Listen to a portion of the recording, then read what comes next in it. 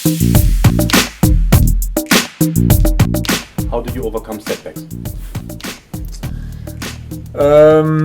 Well,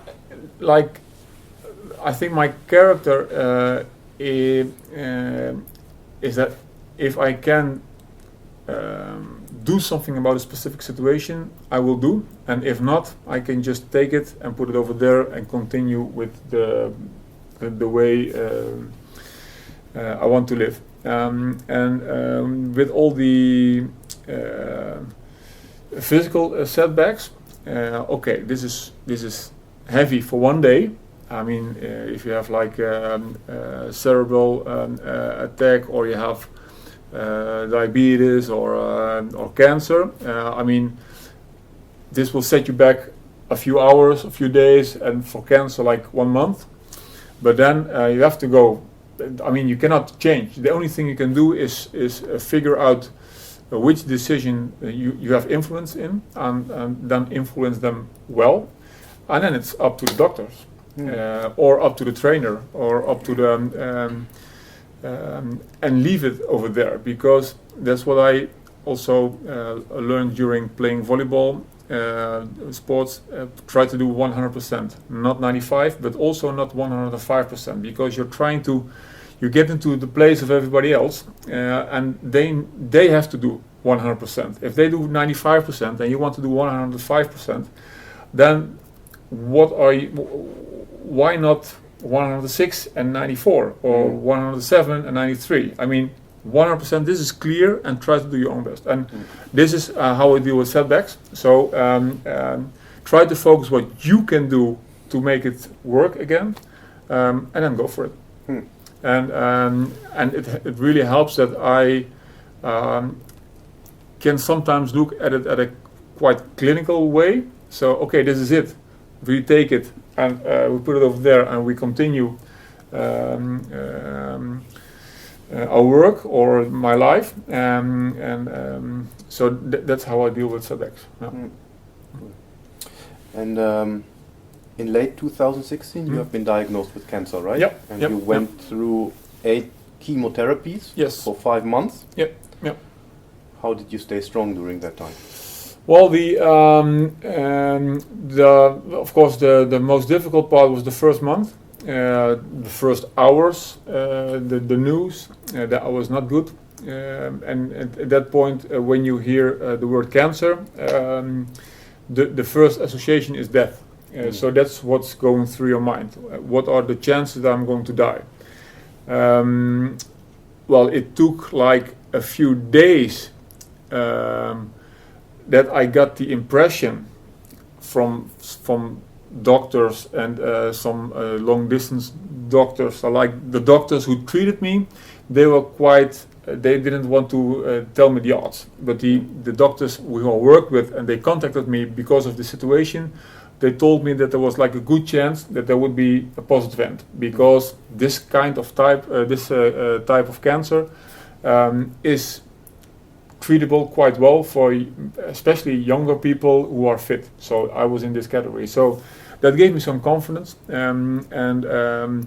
When the cure started, I felt like my lymph nodes, and I could feel them. And then after a couple of days into the first treatment, I felt they were getting smaller. So that had to mean something, that the therapy was working. And after 2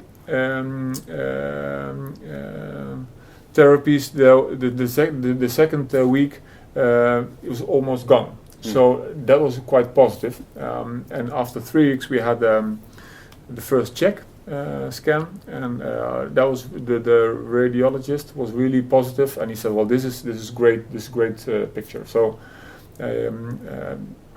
He didn't say you can be confident, but that's what I was. So then, from that point on, I needed to go to 5 more treatments, but I was positive from that point, and not just positive to be positive for the rest, but I was optimistic that everything was going to end well. Yeah, especially in this situation, this was okay. What can I do to make this work? And that was trying to find the best doctors, and not one but a few, because the biopsy they took is not going into a machine with like on the screen yes or no, or this is this type. It's seen by eyes.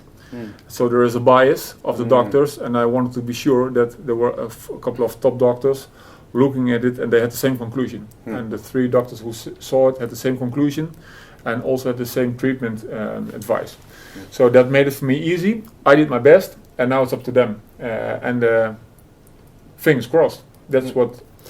So then I was happy that I didn't feel them after 2 or 3 treatments, so that was good. Yeah. And then, sorry to ask a bit more. No. How was the family situation? Did you tell your kids?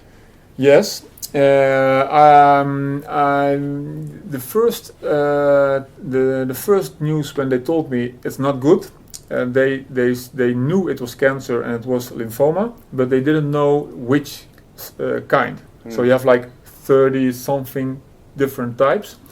And they wanted to be exactly sure because that depended the treatment. So when they told me it was not good, I said, well, we have to tell the kids immediately because they have to know. And the doctor said, well, I don't think you have to. Please wait until we know what it is and what the plan will be. Because if you tell your kids there is a problem, and then the kids will ask, and now, and you don't have an answer, that's not good for them. If you tell them, and you say, well, daddy is sick, and this is the situation, and they're going to treat us, and I'm going to make him better, because we have a plan, that comforts them quite more. So we had to keep it quiet for them for a week. And it was quite a difficult week, because of course you get up in the morning and you look at each other, because my girlfriend of course knew the situation, but we didn't, and they didn't know yet what was hanging over their heads, above their heads. So that was difficult, but then we had to tell them, and at the time they were like 12 and 11 and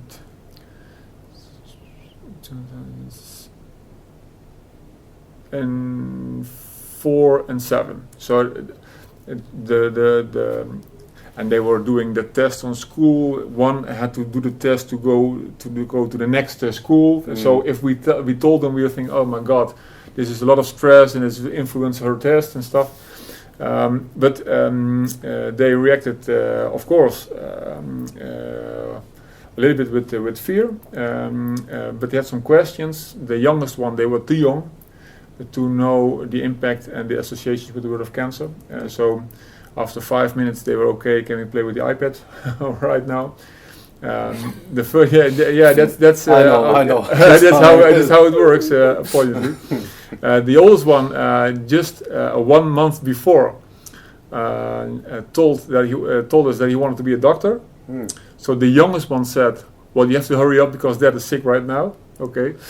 And the second one, my daughter was, she was getting quiet, and at night she started crying.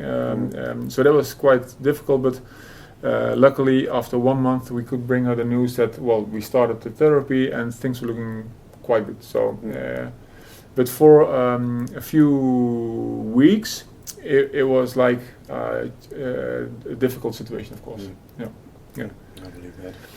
And being positive, I think, doesn't help cure cancer, but it really helps getting the vibe going in a house. So what happened during these? I didn't lay on my bed for 5 months. I mean, there were, I think, in total, maybe 2 or 3 weeks where I was on bed, and the rest I was just without any energy, sitting, but I was okay. We could talk. I was at home. Instead of being here, I was at home. So the kids liked it. We could read, we could do some games, we could. So that was like the positive thing. For me, that was also a new calling it a possibility is a little bit strange, but the fact I was with my kids and see them coming home and be with them more than I'm during the work week, that was quite good. Oh, nice. Yeah. Okay. Who's your role model and why?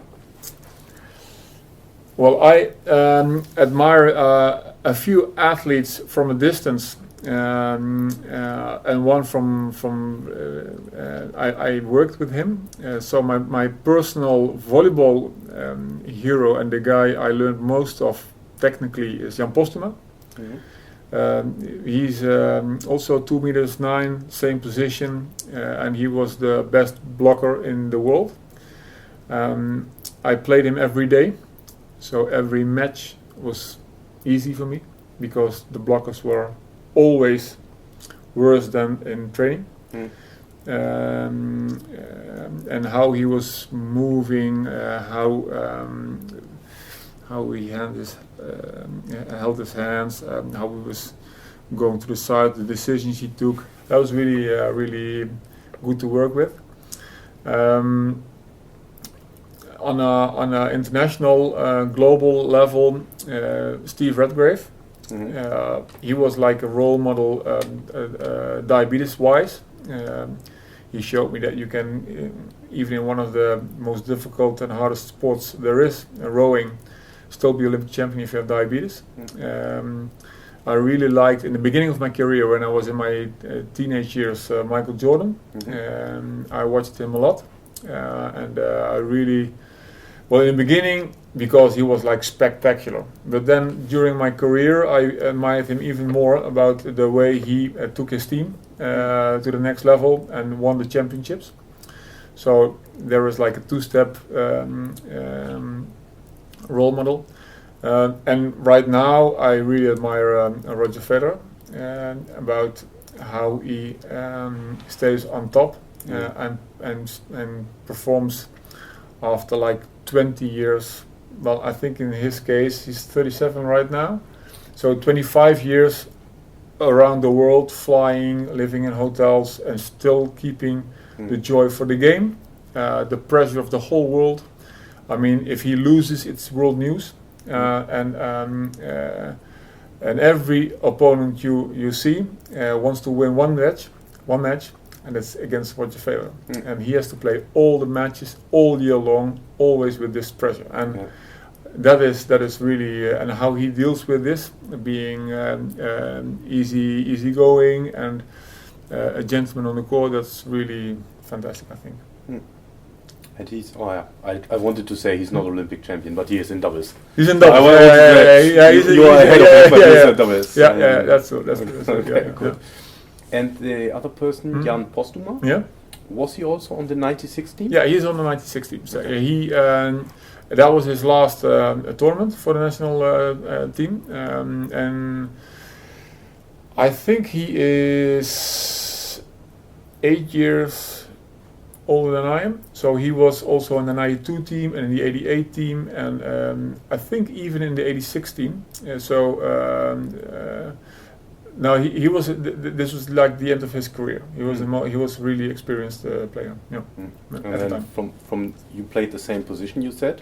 Were you number 1 and he number 2 in '96? Yeah. So I was playing with Henk-Jan Held. He's right now here the assistant coach for Roberto Piazza. So we played in the middle, Henky and myself, and Jan Postuma and my brother were like number 3 and 4 for the middle. Okay. What's the best advice you received and who gave it to you? What's the best advice?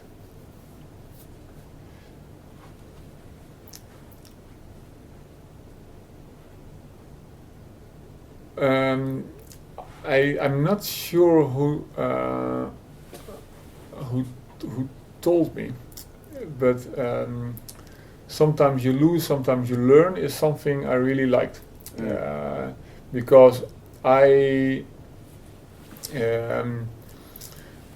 a guy who can be satisfied with a loss, dissatisfied with unsatisfied with a win.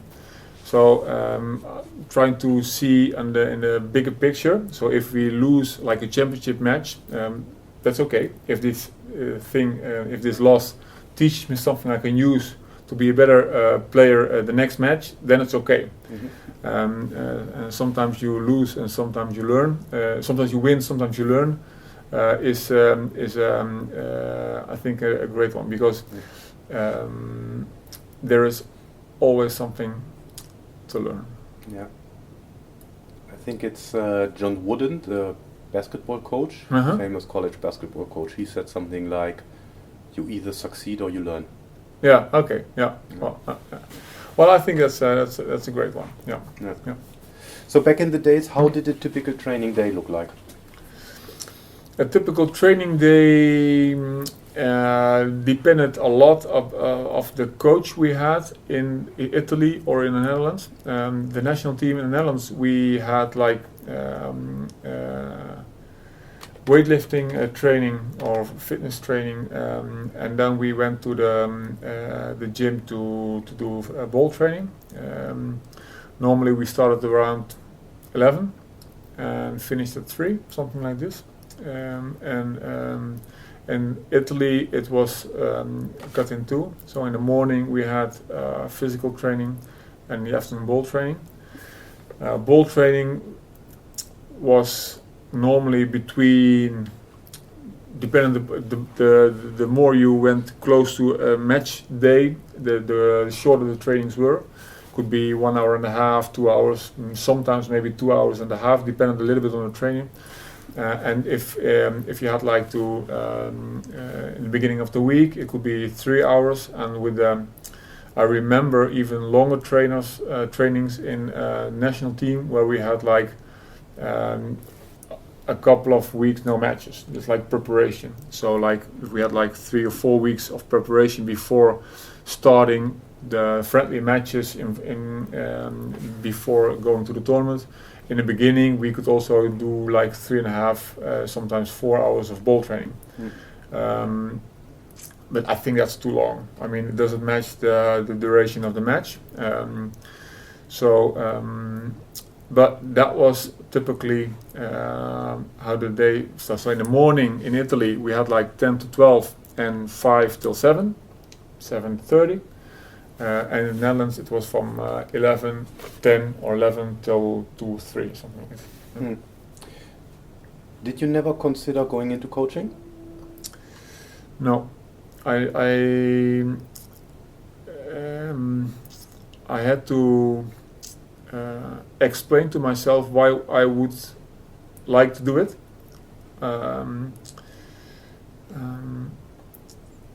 And somebody asked me the question how long I wanted to be an ex-volleyball player.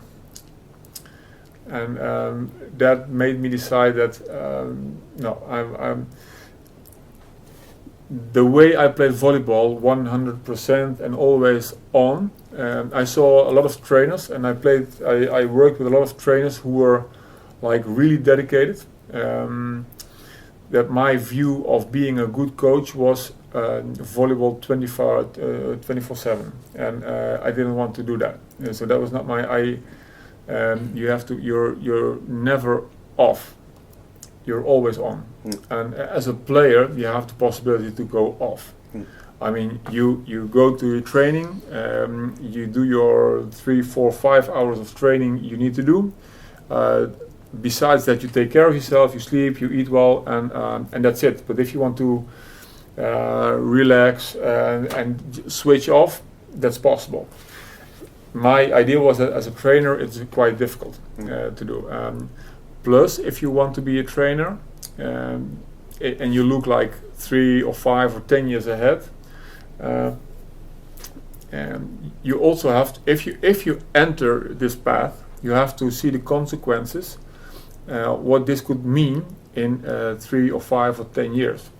So if you have the ambition to be a trainer, what if you are champion in the Netherlands for a couple of years, you've been national team trainer for a couple of years, and you want to go abroad? Are you going, and are you going to bring a family? as a player, I was alone with my girlfriend, and then we're both for adventure, so everything was okay. But with your kids and your organization, as I see right now, Roberto Piazza is here. His girlfriend is in Italy. So that's quite a big sacrifice, and you have to question yourself if you're ready to do this. That's when things go well. When things don't go well, I mean, you're walking into a dead street. How do you say this? Like dead end street. Dead end street. Dead end street. And at the end, if somebody sacks you, that's it. You go another place, sacks again, and then that's it. So I didn't want to be in this situation. And then quite fast after I quit playing, the foundation came into my head, and I really thought that would be giving me the energy I got from playing volleyball, and now I can have from the foundation. Nice. That leads perfectly into the next question. I mean, you're the director of your own foundation, right? Yep. And the aim is to improve the quality of life of people with diabetes through sport. Sport and exercise, yeah. And exercise. Yeah. So, what was the motivation to start that? Well, having diabetes type 1 myself, I got a lot of questions about how I managed to continue playing, because a lot of people with diabetes struggle playing sport when they have diabetes type 1. When you have diabetes, what happens is that the thermostat of your blood sugar, which keeps your blood sugar like this, is not working, it's not functioning anymore. So manually you have to keep the blood sugar okay. If you play sport, things are going down. If you take sugar, it goes up. If there is stress, it goes up. If you put insulin, it goes down. So there are a lot of factors which influence your. And they asked me. So then I thought, well, let's try and run a marathon. I would like to run a marathon, and I talk about how I do this, how I can manage my glucose levels on a good way, and this got a lot of attention, and so we decided, my colleague, the girl you saw before, that we would create a structural platform to send this message, and then the foundation idea was started. So we started in 2006. We started with organizing camps and sporting clinics and days for kids. There are about 6,000 kids in the Netherlands with type 1, 100,000 people with diabetes type 1, and 1 million with diabetes. So 900,000 people with diabetes type 2, which is more overweight and elderly disease. So so that's why we created it. And I was, at the same time, I was finished with volleyball. I quit playing. I wanted to do something new. Maybe trying to start a company, or at least do something where I could find energy, and this was the case. So these two things merged, and then the foundation was created. Yeah. Very cool. A bonus question: you mentioned your brother competed in 3 Olympic Games, right? Yes. In the same sport. Yeah. As kids or grown-ups, was it more a rivalry, or did you support each other? No, it was quite a rivalry. Yeah. So we were okay, of course, but as small as kids, aside from volleyball, it was rivalry. We were like fighting, but I think that's quite normal. I started playing volleyball when I was 9, and I'm 1.5 years older than my brother. My brother started playing when he was 16. So, and at that time I was already away from home playing professionally in Apeldoorn. So I saw him for the first time. He kept up with me in 3 years. In 3 years, he was playing from zero until playing with me on the same team. Okay. So he made a really big jumps. He was 2 meters and 6, so he's a big guy. He's strong, and of course I think his last name benefited also. But at the end he was playing, and he made the contract in Italy, and he made the national team. So you don't do that by last name. You do that because you can play volleyball. And at the end, he played more Olympic games than I did. He played more national team matches than I did, and he played more games abroad than I did. So, and also because we played in the same position, it was when Jan Postema stopped, it was him or me playing on the spot. Sometimes that happened, but sometimes it's also possible that he entered for the other guy, so that we were both in the field. It felt like I was the captain at that time, that I had to be more critical at him than the other players, because people could have thought that maybe I was just like keeping out of the wind, but that was not the problem. No, it was really fun playing with him. Yeah. Cool. Do you want to nominate someone to be interviewed? Well, there is one guy, Loy Ball. He was the Olympic setter of the American national team, and I think he did 3 Olympics, and 3 Olympics with the goal to win. And the first 2, they didn't make the quarterfinals, so that was really big impact. That's my story. How I remember. You have to check it.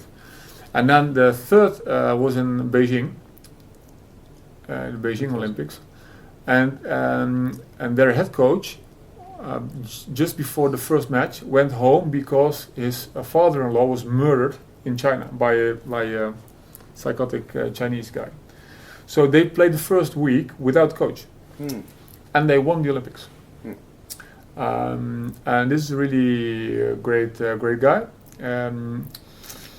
If you are telling me if there is one Olympian with the Olympic tattoo and the Olympic story and how things first didn't work out and at the end did, that would be great. Okay. Where can people find you?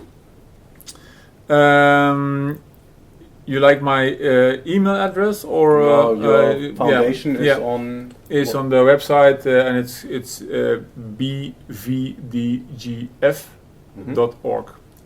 Basis van de Goor Foundation.org. That's where everything is written down. Yeah. Social media? Anything? No. I started, but I'm not good at it.